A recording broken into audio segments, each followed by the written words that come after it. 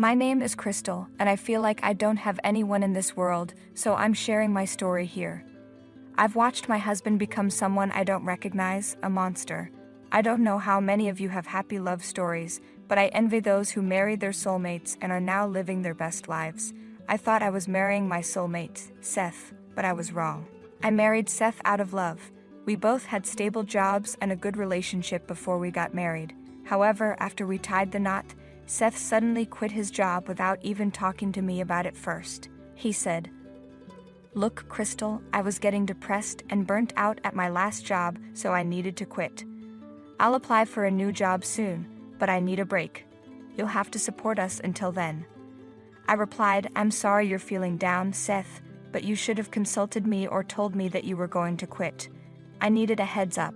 He brushed it off, saying, "It's not a big deal, Crystal. It's just for a few months. After that, things will go back to normal." But things never went back to normal. I had to take on 2 jobs to support us, while Seth just sat around playing games all day. He didn't even help around the house. Even after months went by, things only got worse.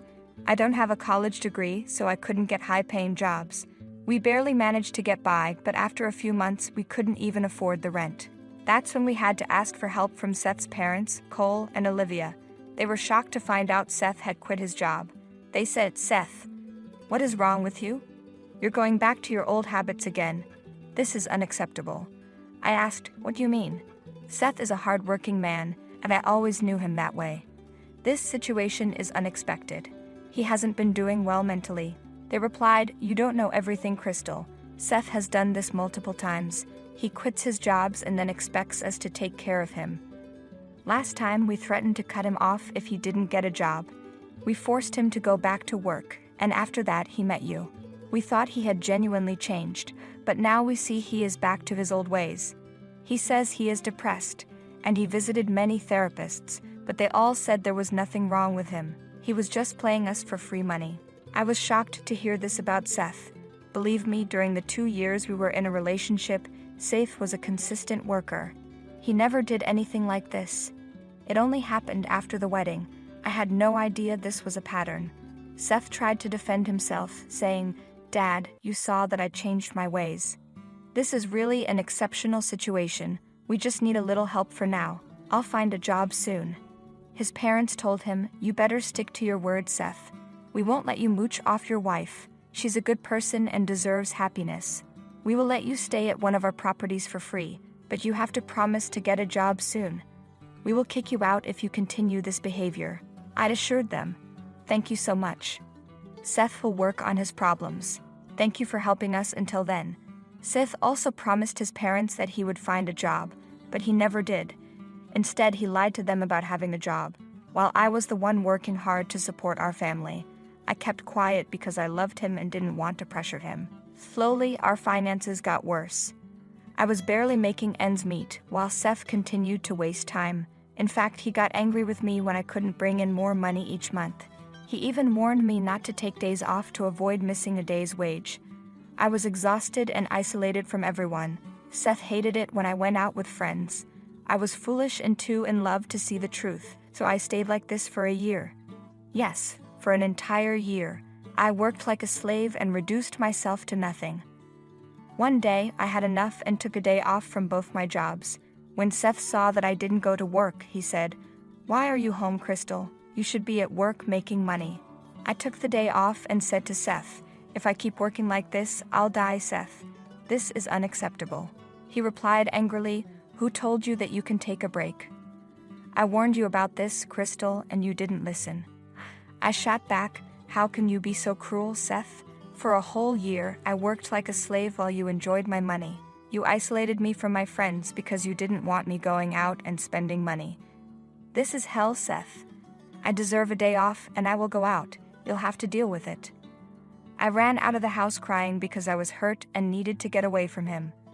I walked around the city and did some window shopping, but I didn't have much money to buy anything. Over the past year, I lost most of the money I had saved, and it was all because of Seth. I was truly getting frustrated with him. He had stopped showing me any affection a long time ago. Now, all he did was yell at me about wasting time or not bringing in enough money. I really didn't know what to do. After being out for most of the day, I returned home in the evening. I walked up to the house and tried to unlock the door with my key. The lock turned, but the door wouldn't open. I realized it was bolted from the inside. I was confused, so I knocked on the door. I knew Seth was home, but he didn't answer.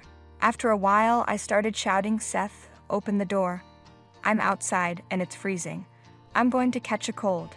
Seth replied, "I'm not going to open the door." I was shocked. "Are you joking, Seth? This isn't funny. Open the door."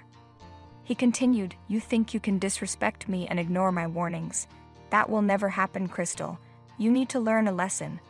I'm not going to let you into the house today. You can stay outside or go wherever you came from." "What are you talking about, Seth? Are you locking me out because I took a day off from work? This is ridiculous, Seth. Let me in." "Knock all you want, Crystal. I'm not letting you in. Consider this a lesson for you. I don't want you to ever behave this way again," Seth said, then started ignoring me completely. He didn't open the door and stopped responding to my calls. I kept pounding on the door and calling him, but he wouldn't answer. I was starting to freeze and didn't know what to do. Like a fool, I decided to wait a little longer, hoping his anger would disappear. I thought Seth wouldn't be so cruel as to actually lock me out of the house, but I was wrong. I sat there for 2 hours before I realized how abusive my husband had become. At that point, I felt completely alone. Seth had isolated me from my friends, and I didn't have any family in this state. I didn't know where to take shelter for the night. The cold was creeping in, and I started shaking from the chills. After thinking for a while, I decided to seek help from the only 2 people I knew well enough. I got into my car and drove straight to my in-laws' house. They were my only hope in this horrible situation. I knew they were good people and would help me out. I raced to their house and knocked on their door. Cole opened the door and was surprised to see me. After letting me in, he asked, "Hey, Crystal, what's the matter? Why are you crying? Oh my God, you poor thing, what's wrong? Is Seth okay? Why did you come alone?"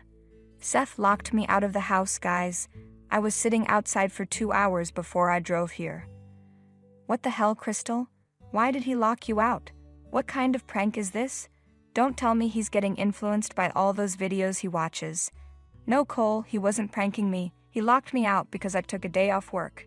He doesn't like it when I take a break. I've been working 2 jobs to support us and I was feeling burnt out, so I went window shopping for a day. It's not like I can buy anything. I don't have money." Cole was shocked. "What in the world, Crystal? Why are you working 2 jobs? Seth has been telling us that he's earning enough for both of you. He even said he's asking you to leave your job and take a break. He's been lying to you guys.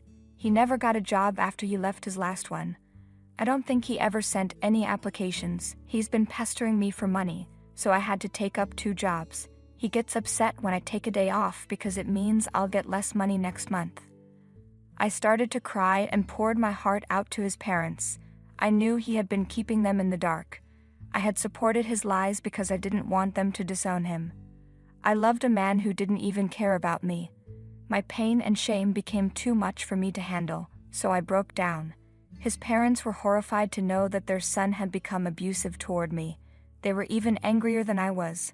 Cole started cursing out loud while Olivia quietly patted my back. When I was done crying, Cole said, "Crystal, don't worry. You are not alone. We are going to get you out of this situation. I can't believe our son has turned into a monster. I wonder where we went wrong with him. This is horrible. Crystal, please don't cry. We will figure out something, I promise." "I don't know what to do, guys," I said. "Truth be told, I don't even want to be in the same house as him.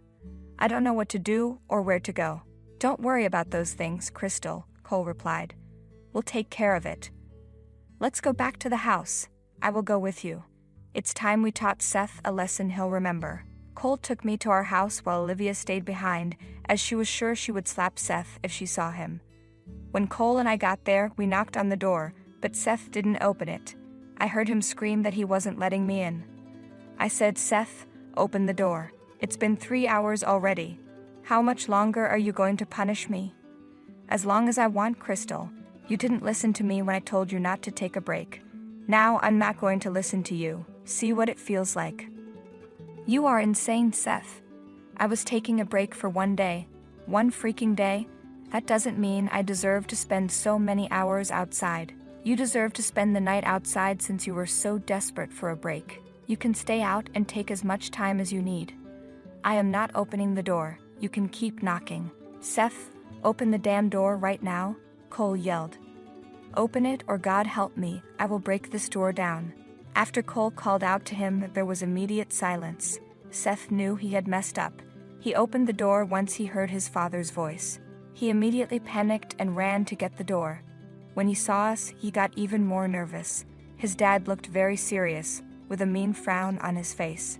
Seth nervously said, "Hey Dad, what brought you here? You didn't say you would stop by." "Drop the chit-chat, Seth. Tell me, who the hell are you to lock my daughter-in-law out of the house? Did you forget the fact that I own the place you live in?" "Dad, it's not like that," Seth said. "I was just pranking Crystal. It's not what you think it is. We were just joking around, right, Crystal?" "It is exactly what you think, Cole," I replied. "Seth kicked me out of the house because I took a day off work. He has been working me to the bone while spending my money and sitting around at home." "Seth, why the hell is Crystal telling me you left your job without even consulting with her? I let you stay here on the condition that you would work on yourself for your family. Then why am I hearing this about you?" At this point, Seth knew we had him in a corner. His lies were unraveling, and he had nowhere to hide. I would never have told people about my useless husband if it weren't for my pride. But he underestimated the power of a woman who has been abused for too long. I wasn't going to sit idle and take his abuse anymore. I was going to ruin him. Still, Seth tried his best to save himself. He said, "Dad, it's not like that. I swear I'm looking for jobs. It's just taking time. You know how bad the job market is right now. I've sent so many applications, but I haven't heard back from them yet." "Oh really, Seth? Well, why don't you show me all the job applications you have sent? Then we will decide if you are telling the truth." "Why do you need to see proof? Don't you believe your own child? This is ridiculous." "I don't need to show you any kind of proof. I'm telling you that I have sent numerous applications." No, Seth hadn't sent any applications. I knew that very well. He never tried to get another job after quitting his last one. He just planned to sit around and spend my money. Even Cole could understand that his son was up to no good. There was no way that Seth was telling the truth since he wasn't going to say anything. I said, "He hasn't sent out any applications, Cole. That's why he isn't showing you the proof." A position opened up at my office, and I told him to apply. He didn't and instead screamed at me, saying, "How dare you tell me what to do? Seth, your mother and I allowed you to stay here so you could turn your life around. You fooled us into thinking you got a job and were contributing to your family. Now I see you're making Crystal work for the two of you while you do nothing but spend her money. Since you haven't held up your end of the bargain, I'm going to evict you from this house." "What? Dad, no. Please don't do that. Where will we go? You can't just kick us out like that. Crystal, look what you've gotten us into now. We'll both lose the roof over our heads." "There is no point shouting at her, Seth. Crystal will come to stay with us, or in this house. You are the one getting kicked out. You don't have to worry about where Crystal will stay." "This is unfair. Crystal and I are a couple, so you can't separate us. You can't separate a married couple, for God's sake. I go where my wife goes, and that's final. If Crystal wants to stay married to me, she has to take me where she goes." "Yeah, well, in that case, I won't stay married to you anymore." "I made that decision a while back, Seth. There is no way I'm going to continue this marriage. I will be divorcing you." Seth was dumbstruck by what I said. He didn't expect 2 blows in one night alone. All his life, he used the people around him to fund his expenses to some extent. For the last year, he managed to throw all his responsibilities on others. He expected life to continue like that. However, that was not going to happen. His parents and I were going to stand up for ourselves. Seth understood that he had just nuked his life at that point. He suddenly changed his demeanor. He cried and begged me not to leave him. He said, "Crystal, don't do this. You can't be serious. You're throwing away so many years of our relationship for a small mistake. Look, I know I shouldn't have locked you out, but it was just one day. We can work this out." "No, it wasn't just one day, Seth. You have been financially abusing me for the past year. You drained my savings and left me with nothing. You didn't even help me with house chores and complained when I asked.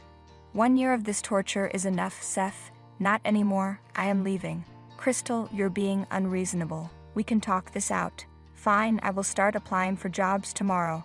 I'm sure I'll find something soon. Once I get a job, we can go to therapy and fix this, right? I know you well enough to know that you will not do any of that. I suggested all of those things last year. You ignored me and called me names every time.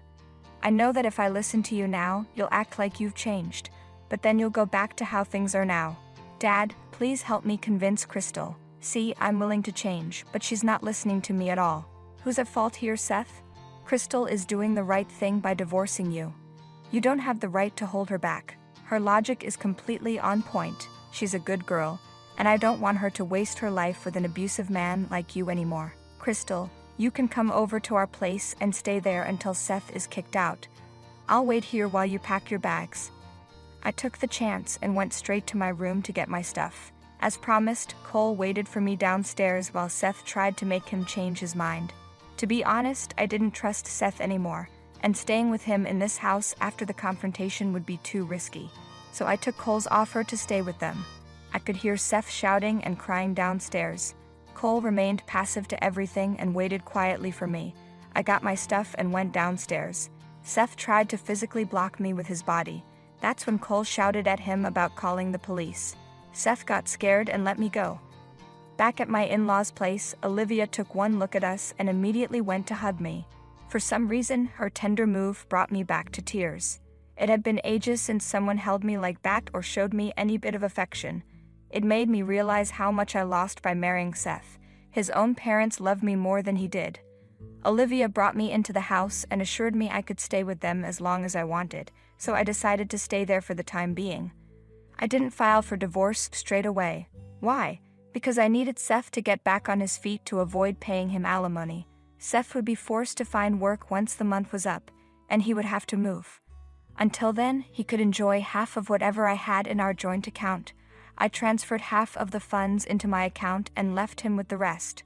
I promised myself not to send any funds into that account again. Seth tried his best to convince me to return to him. He showed up at his parents' place multiple times to get us to forgive him. We didn't, of course. In fact, this time, his mother verbally attacked him for being such a deadbeat. She even called him a poor excuse for a man. Seth was crying and begging for forgiveness. It was truly glorious.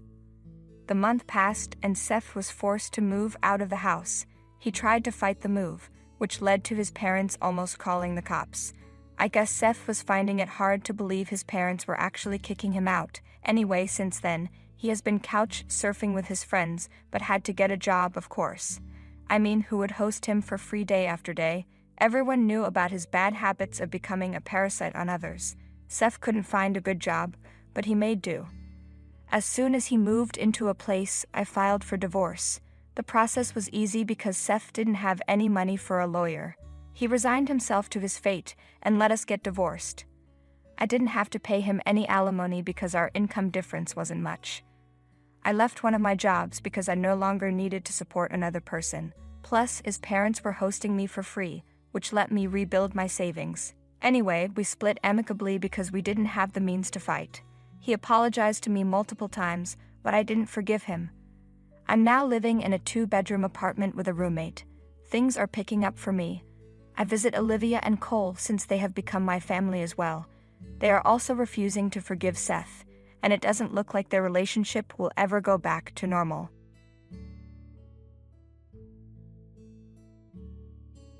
The maternity ward was cozy, like basking in the sun.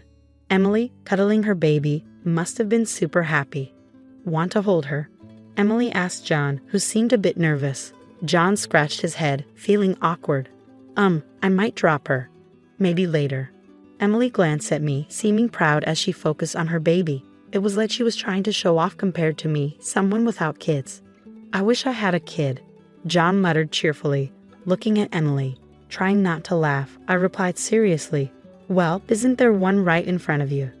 John and Emily looked confused until someone walked in and handed them something that made their faces go pale. I'm Sarah, 29 years old. My husband John is turning 32, and we're celebrating our 5th year of marriage.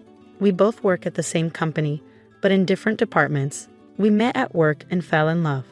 John, a successful salesperson, was quite popular among the female employees for his charm and sales skills. Before we got to know each other, I used to admire him from afar whenever we crossed paths in the hallway. Our first real interaction happened by chance when he helped me pick up some documents I dropped. Sorry, thank you so much. No, it was my fault for bumping into you. No, not at all. I was just spacing out. No, it was me. We couldn't help but find the situation amusing as we exchanged nods back and forth. As we picked up the documents, we shared a laugh and locked eyes. After that, we started chatting whenever we met in the hallway and occasionally went out for drinks or dinner.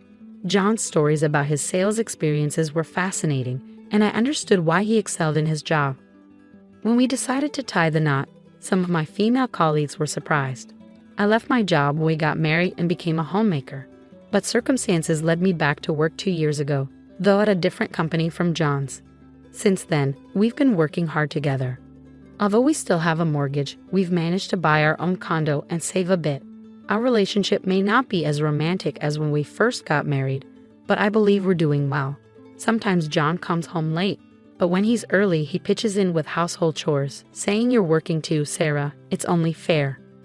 My friends envy me, saying, "You've got yourself a great husband." But we do have our share of problems, the biggest being our struggle to have children.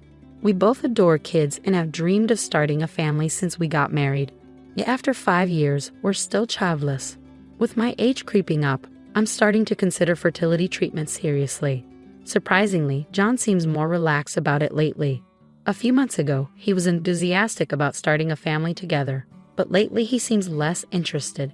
He stopped bringing up the topic of children altogether. "Don't you want kids anymore?" I asked him one day.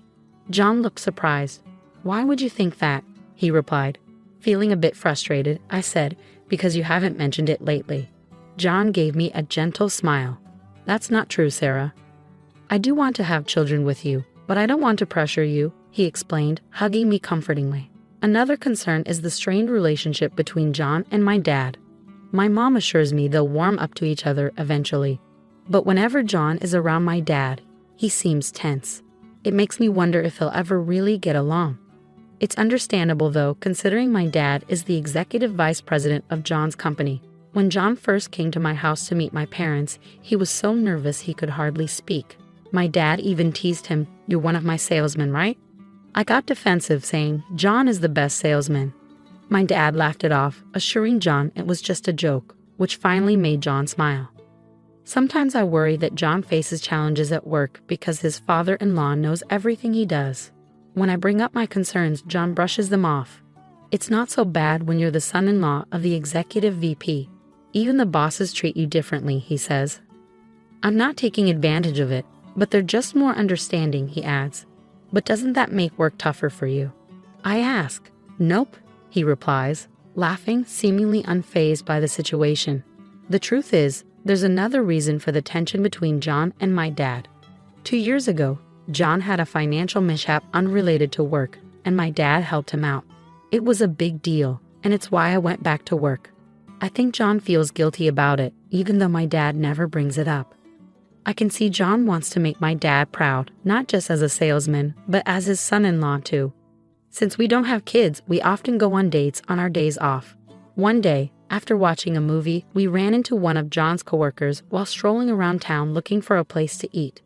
"Was surprised to see you here," Emily exclaimed, spotting us first.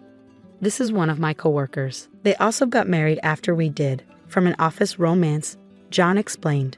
Emily, who was noticeably pregnant, mentioned she was about to start maternity leave. "Thanks for always looking out for my husband," Emily said, her expression twitching slightly. "Oh, it's nothing really," I replied, trying to keep it light, but I sensed some tension. It felt like she wasn't entirely friendly towards me. "Hey, that's not nice, Emily," her husband scolded her. "Sorry about that. We really appreciate your support," he said. He seemed younger than me, but easygoing and friendly. He probably excelled in sales with his calm demeanor. It seemed Emily got along well with John, even touching his arm in front of me, his wife. Her husband, Tom, watched her with a mix of surprise and irritation. "What are you two up to?" Her gaze towards me felt challenging. John sensed my discomfort and quickly intervened to ease the tension. Maybe Tom harbored suspicions about John and Emily's relationship, just like I did. Honestly, I didn't have the best impression of Emily, but I was starting to see Tom in a different light. Once doubts creep in, they're hard to shake. While I didn't think Emily, visibly pregnant, would go to a hotel with John, the possibility of infidelity crossed my mind. Deciding to take action rather than dwell on it, I hired a detective and purchased hidden cameras. I installed them in key areas of the house while the detective monitored John's activities outside. If he was cheating, we'd find out. If not, things would return to normal. I often unwind with long baths, finding solace in the warm water. Soaking for at least an hour is my way of rejuvenating. If John was cheating, this would be an opportune time for him. With my smartphone in hand, I checked on John's activities while soaking. Most days, he seemed to be watching TV or working, but occasionally he appeared to be communicating with someone. The motion detecting cameras ensured I wouldn't miss anything, even when I wasn't actively watching. I meticulously reviewed the recordings and audio, and to put it bluntly, my trust in John was shattered. To compound matters, I discovered that John was the father of Emily's baby. While watching the footage, I couldn't help but gasp in disbelief. John was on the phone with Emily, inquiring, "Is our baby all right?" Though I couldn't hear her response, his serious tone indicated he wasn't joking when he replied, "That's wonderful news." During one of John's bath times, I checked his phone and was stunned by the messages exchanged between him and Emily. "Are you okay?" "No suspicions." "Don't worry, he doesn't even know he's infertile." It was a devastating blow to his pride as a man. It felt too heartbreaking to confront him with the truth. Reading their conversation left me feeling unsettled. I couldn't help but wonder if Emily cheated because her husband, Tom, was sterile, or if John justified his infidelity because I wasn't getting pregnant. I scrolled through their exchanges, taking screenshots with my smartphone as evidence. Additionally, I retrieved Tom's contact details from John's phone. Wouldn't anyone in my shoes feel the same desire for revenge upon discovering this betrayal?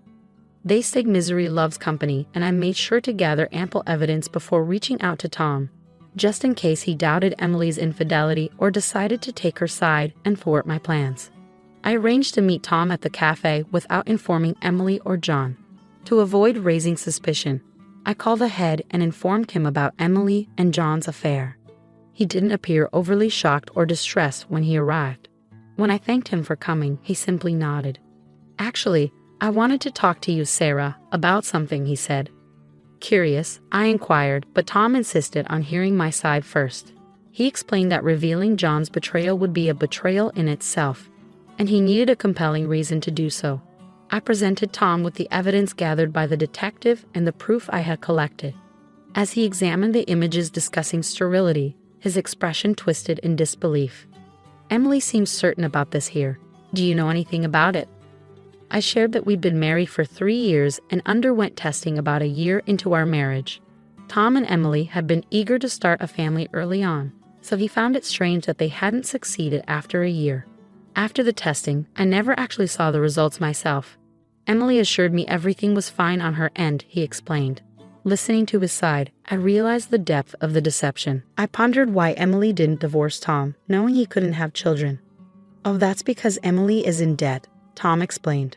Apparently, Emily's desire to flaunt her lifestyle led her to rack up debts buying designer bags and clothes she couldn't afford on her salary. Now they were working together to pay off the debt, with the condition that Emily would curb her extravagant spending. Remembering Emily's behavior last time I saw her, her need for attention and luxury made sense. She probably felt threatened by John's attention to me and maybe wanted to make Tom jealous too. "Debt, huh? Sounds like a perfect match for John," I blurted out, earning a puzzled look from Tom. In gratitude for his honesty, I decided to share something about John from 2 years ago. "Interesting," Tom remarked with a smirk, clearly thinking along the same lines as me. "I'm considering a divorce," I confessed. "Me too. It's comforting to know you're thinking the same," Tom replied.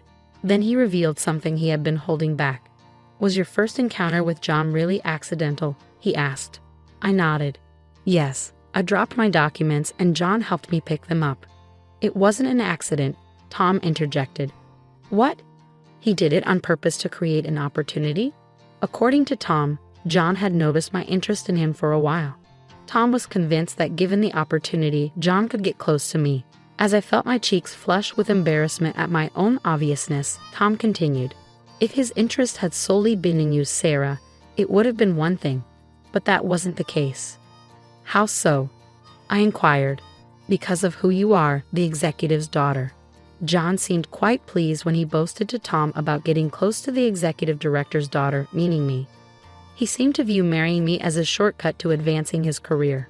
It all makes sense now. That's why he was so mindful of my father and got so jittery when he met us, I realized. He even went around at work telling people he could easily talk to my father-in-law, the executive director. John bragged. I hadn't known about this since I'd left the company. John had brushed it off, claiming people were just being considerate on their own. But that's not the case. He married me to exploit me, to use my father's position as a threat. Yet he turns into a nervous wreck in front of my dad. It's pathetic, I confided in Tom. Can you get tested again? I'll do the same, I suggested. As for John and Emily, I had no intention of forgiving either of them. John had been antsy and excited for days leading up to the celebration of the birth. What should we get for the celebration? It's a boy. He'd exclaim happily, selecting gifts. The maternity ward greeted us with warmth and sunlight upon our arrival. Emily and Tom warmly welcomed us, and when John presented the clothes he had chosen, Emily's face lit up with joy. Tom excused himself to fetch drinks. With John attentively watching, Emily held the baby, radiating happiness. Would you like to hold him? John asked me with a smile, surrounded by our colleagues. John hesitated, scratching his head. Nah, he mumbled, glancing at me. Sensing my lack of enthusiasm, he quickly composed himself. I'm afraid I might drop him. Maybe later, he added sheepishly. Emily glanced at me, then chuckled, focusing back on the baby. It was evident she was subtly competing with me, knowing I didn't have children. I'd love to have a kid of my own, John remarked cheerfully, his gaze fixed on Emily. I almost laughed out loud at his comment but managed to maintain a serious expression. Well, isn't there one right in front of you? I quipped, trying to sound casual. Both John and Emily looked at me with confusion just as the door to the ward swung open abruptly. Tom entered with a couple of bottles of water, apologizing for the delay as he handed them out, slipping a folded piece of paper to Emily. Emily's expression shifted from confusion to shock as she unfolded the paper, revealing a divorce notice. What is this, some kind of joke? She exclaimed in disbelief. John, equally stunned, glanced at the document in her hand. Come on, Tom, this isn't the time for jokes. It's in poor taste, John remarked, his tone flat. It's no joke, Tom replied firmly. Emily's confusion turned to pale confusion, while John moved to confront Tom. I stepped in front of John and handed him my own set of divorce papers already unfolded. I'm not joking either, I declared. Moving to Emily's bedside, I laid out photos showing John visiting her house frequently during her maternity leave. What were you doing at my house when my husband wasn't home? I demanded. John, attempting to explain, claimed he was merely being considerate, checking in on Emily since they started at the company together. Yeah, John was just being thoughtful, Emily chimed in defensively. Their attempts to justify themselves seemed almost comical, as if they could talk their way out of the situation. It was absurd, especially considering their late-night communications. Was that concern for Emily or for the child in her belly, perhaps your own? I challenged John, sensing his anger rising. Stop it, Sarah. Emily is my colleague, and it's natural for her to be anxious about her first child. John retorted, his tone sharp. You're just jealous of me, aren't you? Just because you can't have kids, Emily interjected defensively, her words dripping with venom. I couldn't help but snort at her accusation, which only seemed to fuel her anger as she glared at me, her face flushed with frustration. Don't listen to her, Tom. This child is truly yours, Emily insisted, attempting to divert attention from the conversation. But Tom's mocking laugh coincided with me showing Emily the incriminating evidence on my smartphone. A recording of John joking about his own infertility, followed by a video of him inquiring about the well-being of our child. See, should we check who you were really talking to? I challenged as Emily's bravado faltered in the face of undeniable proof. We're just coworkers, joking around, Emily stammered, trying to regain her composure. I glanced down at her with pity as she met my gaze defiantly. Hold on to him properly, Emily. He's a precious life, I advised gently as the baby stirred in her arms, almost falling. The sudden cry of the baby pierced the tense atmosphere. "Shut up," Emily snapped just as Tom unfolded a piece of paper. "I can't have kids, Emily. You know that." Tom's voice was calm but laced with bitterness as he addressed his wife, who froze under his gaze. "Let's get a divorce," we both declared to our partners, the finality of the decision hanging heavily in the air. John, still attempting to salvage the situation, pointed a finger at me. "This is all because of your infertility, Sarah. There must be something wrong with you, just like with Tom," he accused. I felt a surge of anger rise within me. "It's not me, it's you, John. And don't you dare speak to me with such arrogance, especially when we're on the brink of divorce," I retorted, tossing the test results in his direction. The paper briefly stuck to his face before fluttering to the ground. "Who do you think you are, speaking to me like that? Did you believe blaming me would absolve you of your actions?" I demanded, spelling it out for him once more. "Divorce. Do you even comprehend the gravity of that word?"